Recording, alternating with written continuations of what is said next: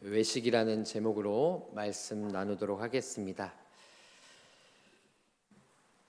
우리 모두는 살면서 겉모습에 많은 신경을 씁니다.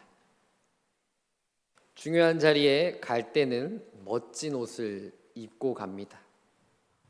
단정한 머리를 하고 웃는 얼굴로 다른 사람들을 대합니다. 식당에서 밥을 먹다가도 혹시 내 입에 뭐가 묻었나 확인을 합니다. 옷에 뭐가 흘렸을까 살피게 됩니다.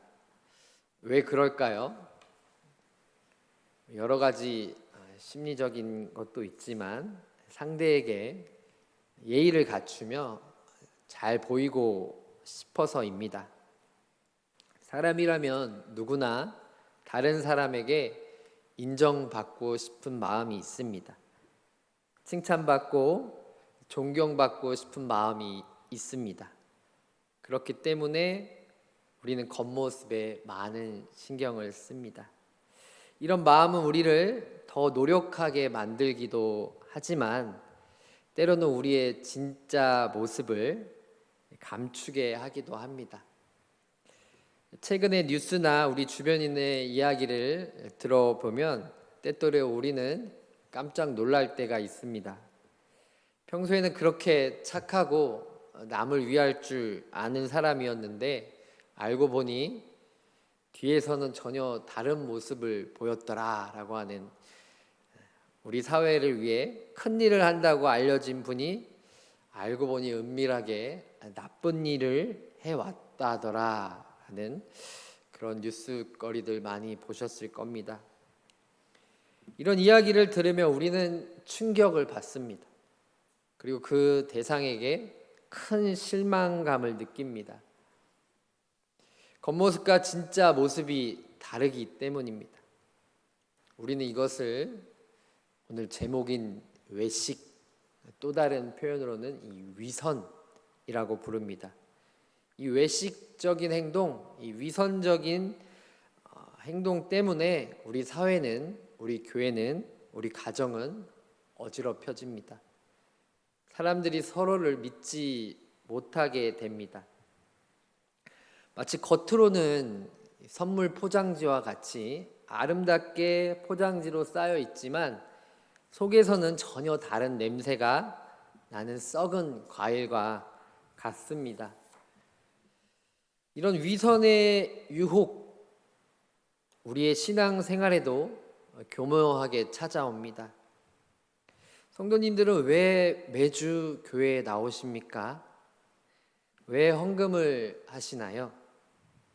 왜 열심히 봉사하고 기도하십니까? 그 모든 경건한 행동 뒤에 숨겨진 우리의 진짜 마음이 무엇일까요? 그렇진 않겠지만 혹시 우리는 모르는 사이에 하나님이 아닌 사람에게 잘 보이기 위해 신앙이라는 멋진 가면을 쓰지 않고 있는지 생각해 봅니다. 오늘 우리가 함께 살펴볼 본문 마태복음 6장 1절에서 4절은요, 예수님께서 우리 신앙의 가장 깊은 곳, 우리의 진짜 마음을 꿰뚫어 보시는 매우 날카로운 질문입니다. 이 말씀은 우리 성도님들에게 우리가 지금 하고 있는 모든 신앙적인 행동은 과연 누구를 향하고 있는가라고 직접적으로 묻는 것과도 같습니다. 오늘 수요 예배 잠깐의 방송 사고도 있었고 또 지지난주도 여러 가지 장애도 있었지만 또 말씀 가운데 주시는 성령의 은혜로 큰 은혜 받았으면 좋겠습니다. 예수님의 질문 앞에 우리의 마음의 문을 활짝 여시기 바랍니다. 그리고 하나님이 기뻐하시는 진짜 신앙의 모습이 어떤 모습인지 함께 깨닫고 결단하는 귀한 시간이 되었으면 좋겠습니다. 오늘 본문 1절을 한번 같이 낭독하겠습니다. 1절이요. 시작. 사람에게 보이려고 그들 앞에서 너희 의를 행하지 않도록 주의하라. 그리하지 아니하면 하늘에 계신 너희 아버지께 상을 받지 못하느니라. 아멘. 오늘 본문 1절에서 예수님은 매우 단호하게 경고하십니다. 사람에게 보이려고 그들 앞에서 너희 의를 행하지 말라. 그리하지 아니하면 하늘에 계신 너희 아버지께 상을 받지 못하느니라. 이 말씀은 좀 날 것으로 표현하면요, 야, 너 뭐 하고 있는 거야? 그게 누구를 위한 행동이야? 라고 묻는 것과 같습니다. 이렇게 날카로운 질문 속에서 주님이 우리 등 뒤에 불쑥 나타나서 따끔하게 충고하는 것과 같습니다.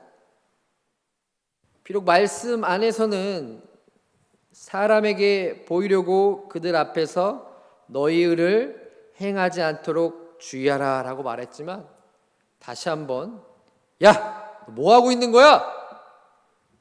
그 누구를 위한 행동이야? 라고 주님이 따끔하게 경고하시는 것입니다. 예수님은 우리가 행하는 선하고 이 경건한 행동 그 자체를 나무라신 것이 아닙니다. 선한 일을 하는 것은 물론 귀한 일이죠. 그런데 그 선한 행동의 목적과 동기가 문제라는 것입니다. 사람에게 보이려고 하는 그 마음을 예수님은 질책하고 계시는 겁니다. 외식하는 자라는 표현은요, 오늘 말로 좀 돌려서 말하면요, 이 가식적인 사람이라는 표현 들어보셨죠? 이 가식적인 사람이라는 뜻으로 쓰입니다. 하지만 원래는요, 헬라어 원문에 보니까요, 연극 무대에서 가면을 쓰고 연기하는 배우자를 뜻합니다. 그러니까 외식하는 사람은 가면을 쓰고 자기 진짜 얼굴을 숨긴 채 다른 역할을 흉내내는 사람이라는 것이죠. 겉과 속이 다른 겁니다. 그렇다면 예수님은 왜 이렇게까지 겉다르고 속 다른 위선적이고 외식적인 모습을 경고하셨을까요? 특별히 이 본문은요, 계속 5장에 이어지는 산상수훈의 같은 맥락적인 설교입니다. 산상수훈은요, 특별히 믿지 않는 사람들에게 전하신 말씀이 아닙니다. 예수님을 믿는 사람들, 말씀에 관심 있는 사람들, 특별히 성도, 더 구체적으로는 이 제자들에게 하신 말씀입니다. 제자들, 우리로 치면 잘 믿는 신자들, 직분자들을 대상으로 말했다라는 것입니다. 마태복음에서 예수님은 계속해서 바리새인과 서기관들을 비판하십니다. 그들은 율법을 잘 지키는 것처럼 보였을 것입니다. 종교적인 지식이 뛰어났고요, 경건의 행위가 뛰어난 사람들이었습니다. 그래서 사람들은 그들을 존경했어요. 그들 스스로도 자신들이 가장 의롭다고 생각했을 것입니다. 하지만 예수님은 그들의 마음 속에는 자기 의와 자기 과시가 가득했다고 지적하셨습니다. 우리 숭실대 권영경 교수가 쓴 위선이라는 책에서 이 교수님이 이렇게 지적을 하십니다. 그들이 행하는 모든 경건의 행위가 하나님을 향한 것이 아니라 사람의 눈을 향한 것이었다고요. 자신의 의로움을 드러내려고 사람들에게 인정받아 자기의 권위를 유지하려는 수단으로 신앙을 이용한 것입니다. 종교를 이용한 것입니다. 이것은요, 마치 예수님께서 세례 요한의 사역을 물려받아서 새로운 하나님의 나라의 메시지를 선포하시면서 기존 종교 지도자들과의 충돌이 필연적이었음을 보여주는 것입니다. 세례 요한도 회개와 의로움을 외쳤습니다. 심지어는 독사의 자식들아라고 강한 욕설까지 하셨잖아요. 예수님은 거기서 한 걸음 더 나아가 단순히 외형적 율법 준수를 넘어 마음의 동기까지 다루고 계십니다. 예수님의 이런 급진적인 가르침은요, 당시 종교 지도자들, 힘을 갖고 자리를 차지하고 있는 기득권층에게는요, 큰 위협이었습니다. 이로 인한 갈등은 피할 수 없는 것이었습니다. 예수님은 하나님 나라에 대한 추상적인 설명보다는요, 어떻게 하면 그 나라에 들어갈 수 있는지, 그 나라의 백성답게 살 수 있는지 그 방법에 대해 더 집중하셨습니다. 비록 씨 뿌리는 비유, 하나님 나라는 어떤 것인가요? 라고 하면서 30배, 60배, 100배의 결실을 맺는 하나님 나라라는, 이런 하나님 나라는 어떤 것인가라는 비유적인 내용도 있지만, 계속해서 산상수훈을 통해 이어지는 복음서에서 가르치는 예수님의 가르침은요, 하나님 나라는 어떤 곳이다 라는 것보다 하나님 나라에 들어가려면 너희들이 어떻게 해야 한다라는 방법을 가르쳐 주고 있는 것입니다. 예수님은 2절에서 외식하는 자들의 모습을 구체적으로 보여줍니다. 우리 2절 한번 같이 낭독하겠습니다. 시작. 그러므로 구제할 때 외식하는 자가 사람에게서 영광을 받으려고 회당과 거리에 너희 앞에 나팔을 불지 말라. 진실로 너희에게 이르노니 그들은 자기 상을 이미 받았느니라. 아멘. 나팔을 불지 말라는 말은요, 실제로 나팔을 불었다라는 것은 아닙니다. 실제로 나팔을 불었다기보다는 마치 나팔을 불며 행사하는 것을 알리듯 자신의 선한 일을 요란하게 광고하고 자랑하는 태도를 비유하는 것입니다.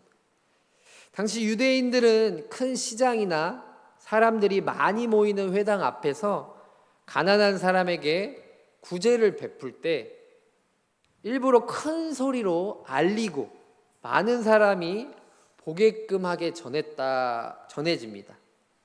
심지어 자신이 기부하는 금액을 돌에 새겼다고 하네요. 회당벽에 붙여놓는 일도 있었다고 합니다. 왜일까요? 단 하나입니다. 사람에게 영광을 받으려고 그랬습니다. 사람들의 박수와 칭찬, 이 대단하다는 한마디를 듣기 위해서 말입니다. 여기서 예수님의 냉철한 평가에 주목해야 합니다. 그들은 자기 상을 이미 받았느니라. 이 짧은 한 문장 속에 외식하는 신앙의 비극이 고스란히 담겨 있습니다. 그들이 원했던 것, 사람의 칭찬과 인정이라는 상은 이미 다 받았으니 하나님께서는 더 이상 그들에게 상 줄 것이 없다는 무서운 말씀입니다. 어떤 직원이 열심히 일을 합니다. 그런데 그의 목적이 회사 발전이나 사장님의 기쁨이 아니라 오직 동료들의 칭찬과 자신의 명성을 얻기 위함이라면 성도님들 어떨까요? 그는 동료들에게 일 잘한다는 칭찬을 받을 수는 있습니다. 하지만 회사에서는 그에게 진정한 포상을 해줄까요? 그의 마음이 회사를 향한 것이 아니었으니 회사로부터 받을 상은 없는 것입니다. 그는 자신이 원했던 동료들의 칭찬만으로 만족해야 합니다. 마찬가지입니다. 우리의 신앙생활에서 사람의 박수는요, 잠시뿐입니다. 인생을 안개와 같다고 하잖아요. 사람의 칭찬과 인정도요, 안개와도 같은 것입니다. 사람이 주는 칭찬은 아침 이슬처럼 사라지고 말 것입니다. 예수님은 우리가 하늘의 상급을 얻을지 아니면 사람의 칭찬으로 끝나버릴지를 선택하라고 말씀하시는 겁니다. 이처럼 허망한 자기상을 쫓는 어리석음을 우리는 깨달아야 합니다. 과감히 버려야 합니다. 왜냐하면 이런 신앙은 결국 우리의 영혼을 메마르게 합니다. 하나님으로부터 멀어지게 합니다. 우리는 오직 하나님께만 영광을 돌려야 하는 존재이기 때문에 이런 잘못된 사람의 칭찬과 박수를 버리는 예배자들 되기를 축복합니다. 두 번째로 외식하는 신앙은요, 단순히 가식적인 행동에 그치지가 않습니다. 이런 외식하는 신앙은 우리의 마음을 병들게 합니다. 하나님과의 관계는 물론이고요, 가까운 이웃과의 관계까지도 망가뜨리는 아주 위험한 독과도 같습니다. 외식은 우리의 진심을 빼앗아가요. 곧 영혼을 메마르게 해요. 우리가 드리는 예배, 우리가 드리는 기도, 우리가 행하는 봉사가 하나님 앞에서가 아니라 오직 사람 앞에서 꾸며진 연기라면 그것은 더 이상 하나님과의 진정한 교제가 아닙니다. 이런 이야기를 종종 듣습니다. 교회에서는 그렇게나 온화하고 인자하신 분이 집에 가면 손 하나 까딱 안 하고 불같이 화를 내는지 몰라요. 다른 사람들에게는 그렇게나 베풀고 봉사하면서 정작 자기 자식에게는 냉정하고 인정 없는 부모님들이 계세요. 겉과 속이 다르고 이 자리에서의 나와 저 자리에서의 내가 다르다면 우리는 결코 하나님을 깊이 만날 수 없습니다. 마음은 하나님께 향하지 않습니다. 오직 다른 사람이 나를 어떻게 볼까? 에만 신경 쓰다 보면 우리의 영혼은 공허해지죠. 메마를 수밖에 없습니다. 하나님과 나 사이에 끊임없이 가면이 끼어 있기 때문입니다. 결국 하나님을 진정으로 예배하는 기쁨, 하나님과의 친밀한 대화, 이웃을 섬기는 이 진정한 만족을 누릴 수 없게 됩니다. 우리의 신앙은 점점 활력을 잃고 껍데기만 남게 될 것입니다.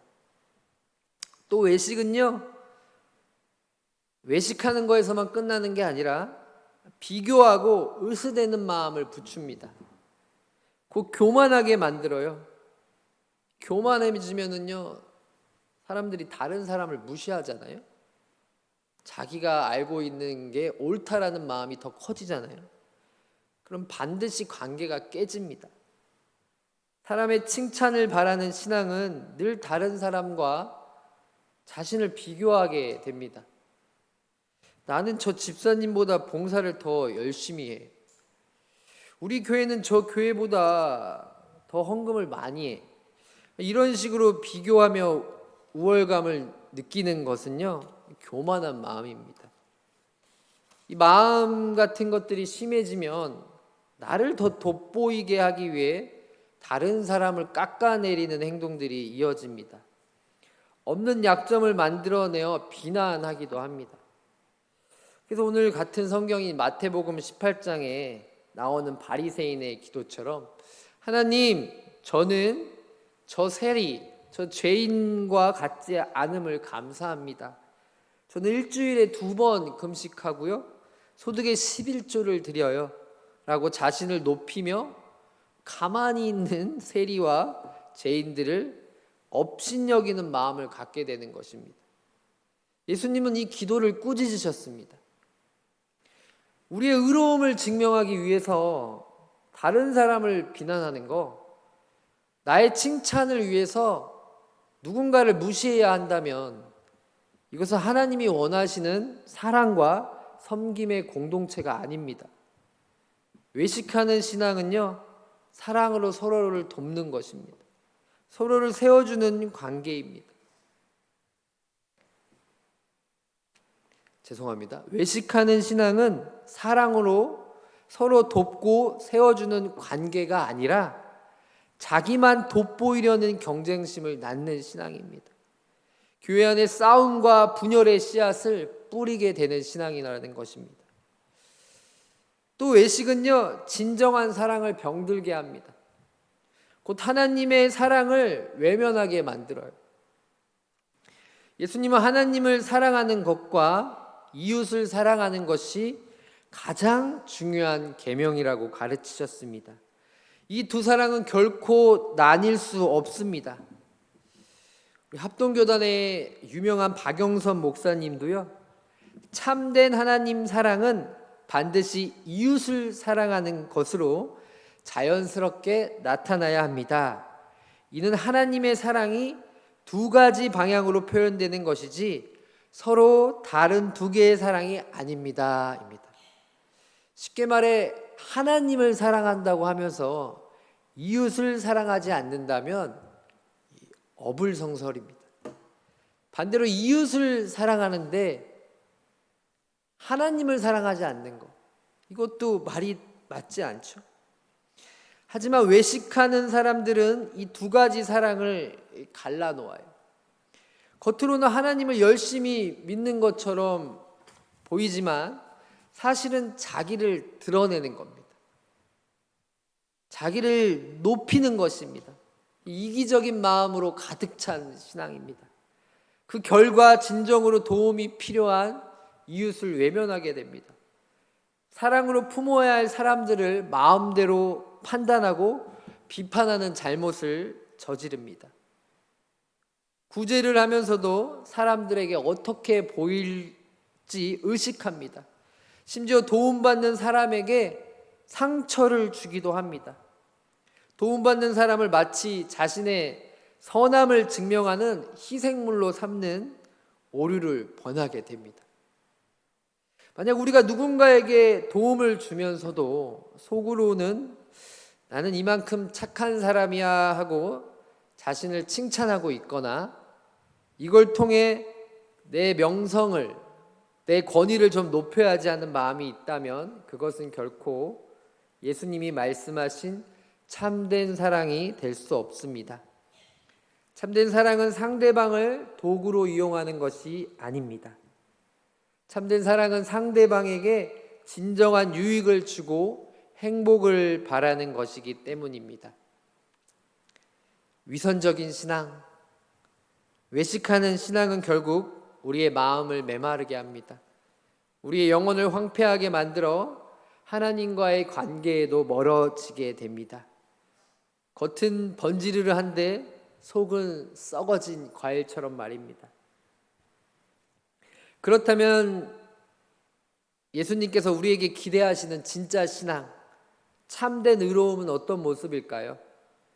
예수님은 외식하는 자들, 위선자들의 방식과는 온전히 다른 역설적이지만 아주 강력한 방법을 제시하십니다. 3절, 4절 시간이 없기 때문에 우리 낭독하지 않겠습니다. 너는 구제할 때 오른손이 하는 것을 왼손이 모르게 하여 내 구제함을 은밀하게 하라. 은밀한 중에 보시는 너희 아버지께서 갚으시리라. 첫째, 오른손이 하는 것을 왼손이 모르게 해야 합니다. 누구에게도 알리지 않는 진정한 마음, 이 구절은 너무나 유명하여 마치 우리의 속담처럼도 쓰입니다. 우리의 선한 행동이 남에게 드러나는 것을 의도적으로 피하라는 뜻입니다. 심지어 나 자신조차도 내가 얼마나 좋은 일을 했는지 의식하지 못할 정도로 철저하게 숨기라는 아주 강력한 말씀입니다. 왜 이렇게까지 비밀스럽게 해야 할까요? 우리가 선행을 누군가에게 보여주기 위해 하는 것이 아님을 분명히 하기 위함입니다. 어떤 외부의 칭찬이나 평가도 바라지 않고 오직 하나님의 영광만을 위해 순수하게 행하라는 것입니다. 마치 우리가 숨을 쉬고 심장이 뛰는 것을 의식하지 못하는 것처럼 우리가 선을 행하는 것이 나의 삶의 자연스러운 일부가 되어야 한다는 뜻입니다. 의무감이나 억지로 하는 것이 아니라 하나님의 사랑에 감격하며 꾸밈없이 흘러나오는 사랑과 섬김이 되어야 한다는 것입니다. 마치 부모가 자녀에게 베푸는 사랑과 같습니다. 부모는 자식을 사랑하는 마음에 자식이 알아주든 말든 칭찬해주든 말든 상관없이 희생하고 베풀잖아요. 갓난아이에게 먹이고 입히고 재우는 것을 부모가 내가 너를 위해 얼마나 수고하는지 아니? 이걸 알아줘야지라고 하지 않잖아요. 생색내지 않잖아요. 그냥 사랑하기 때문에 자연스럽게 하는 것입니다.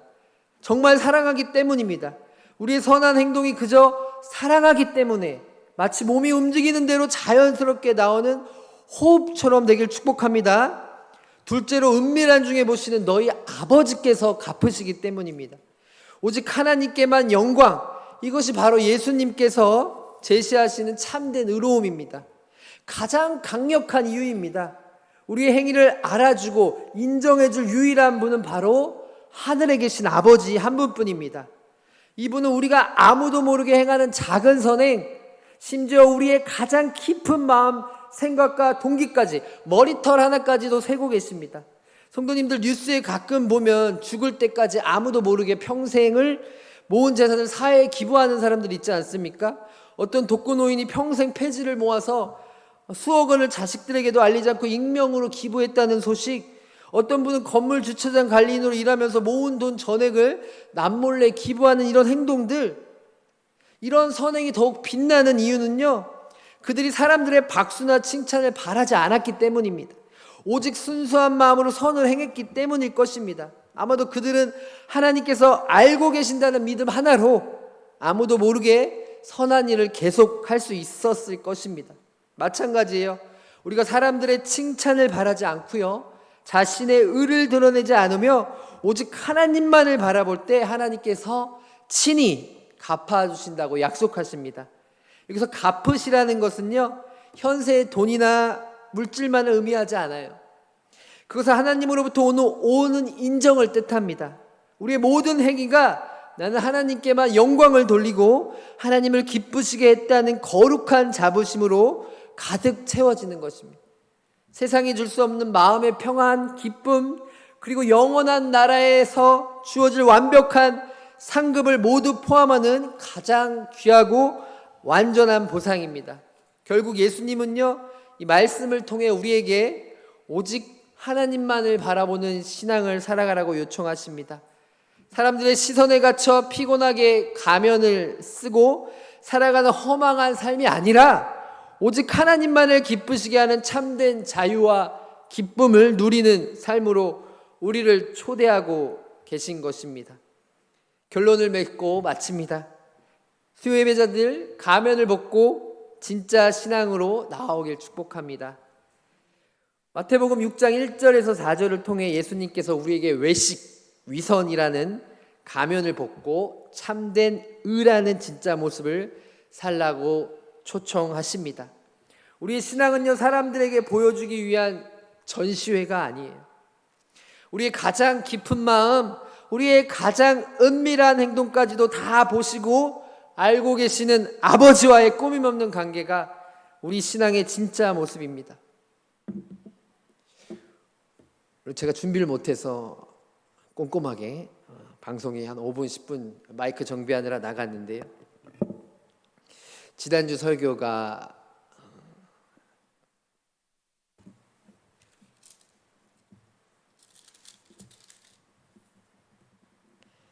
원수를 사랑하라는 설교였습니다. 말씀 전하는 자들은요, 하나님께서 그러시는지 모르겠는데요, 말씀을 전하고 나면 이 말씀과 같은 시험이 옵니다. 원수를 사랑하지 못하는 그런 한 주간의 제 삶. 또 매일 성경의 묵상에서는요, 음란에 대한 설교를 많이 바울이 했는데요, 또 한 주간 음란했던 제 삶을 통해 오늘 강단에 섰을 때 비록 미비한 준비된 행동이었지만, 주님께서 윤서가 너의 외식적이고 위선적인 설교를 성도들이 들어야겠니라는 하나님의 사인 같았다는 제 마음이 좀 울리더라고요. 차라리 안 전하고 싶은 이 마음 속에 성도님들 앞에 정말 죄송하고 하나님 앞에 죄송한데요, 우리가 위선적인 행동, 겉으로는 믿음 있는 척, 잘난 척, 하나님 뜻대로 살고 있다라는 이 우리의 모습, 하나님이 다 보고 계십니다.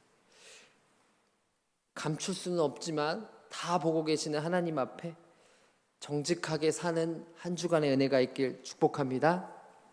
기도하겠습니다. 사랑의 하나님 아버지, 가식적이고 위선적이고 외식적인 신앙을 벗어나길 소망합니다. 주님께서는 우리가 하나님 나라에 들어가는 방법을 계속 알려주고 계십니다.